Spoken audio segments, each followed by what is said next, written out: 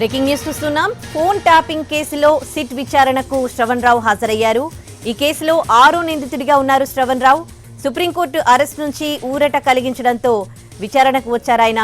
శ్రవణ్ రావు విచారణలో కీలక విషయాలు రాబట్టనున్నారు పోలీసులు.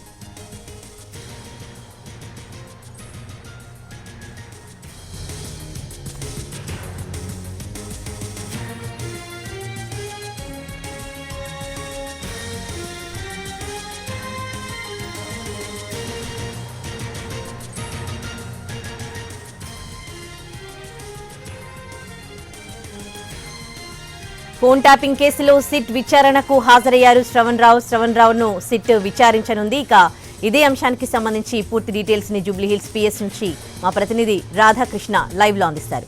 రాధాకృష్ణ, ఇవాళ శ్రవణ్ రావు విచారణలో ఎలాంటి ప్రశ్నలు అడగనున్నారు? పోలీసుల దగ్గర ఉన్న ఆధారాలేంటి? పూర్తి వివరాలేంటి? ఓఎస్ఎస్ ఫర్టిలిటీలో ఇక్కడ ప్రతి అడుగులో ఎక్స్పీరియన్స్ డాక్టర్స్ ఉంటారు. In the good hands of science. Mummy daddy అవ్వాలంటే ఓఎస్ఎస్ కి కాల్ చేయండి. ఉదయశ్రీ ఫోన్ ట్యాపింగ్ కేసులో 6వ నిందితుడిగా ఉన్నాడు శ్రవణ్ రావు.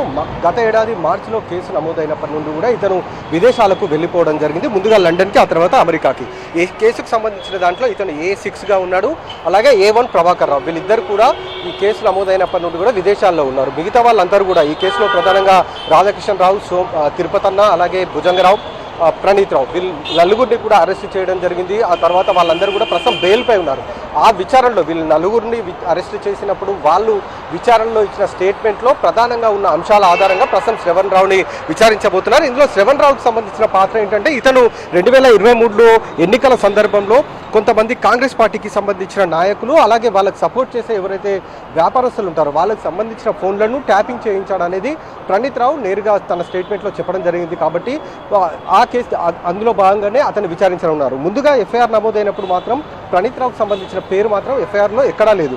కానీ ఎప్పుడైతే డిఎస్పీ, ఎస్ఐబికి సంబంధించి డిఎస్పీగా ఉన్న ప్రణీత్ రావుని అరెస్ట్ చేసిన తర్వాతనే ఆ విచారణలో ప్రణీత్ రావు చెప్పిన వివరాల ఆధారంగా శ్రవణ్ రావుని ఇందులో A6గా నమోదు చేయడం జరిగింది. అప్పటి నుండి కూడా శ్రవణ్ రావు కోసము ఒకవైపు అతను ఎక్కడున్నాడన్న దానికి సంబంధించి ఆరా తీస్తున్నారు. తాజాగా సుప్రీంకోర్టు ఆదేశాలు జారీ చేయడం జరిగింది.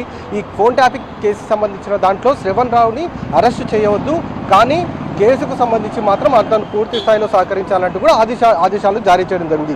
ఈ నేపథ్యంలోనే ఈ నెల 26వ తేదీన శ్రవణ్ రావు ఇంటికి వెళ్లి సిట్ అధికారులు నోటీసులు జారీ చేయడం జరిగింది. 29వ తేదీ నాడు తమ ముందు విచారణకు హాజరు కావాలంటూ. ఈ నేపథ్యంలోనే కొద్దిసేపటి క్రితమే శ్రవణ్ రావు తన ఇంటి నుండి నేరుగా బయలుదేరి ప్రస్తుతం మనం చూస్తున్న జూబ్లీహిల్స్ కార్యాలయంలోని, జూబ్లీహిల్స్ పోలీస్ స్టేషన్లోని 2వ అంతస్తులో ఉన్న సిట్ కార్యాలయానికి రావడం జరిగింది. ప్రస్తుతం ఈ కేసుకు సంబంధించి సిట్ ఇన్ఛార్జిగా ఉన్న వెంకటగిరి ఆధ్వర్యంలో మరికొద్దిసేపట్లో శ్రవణ్ రావుని విచారించబోతున్నారు. Right, thanks for the updates Radhakrishna.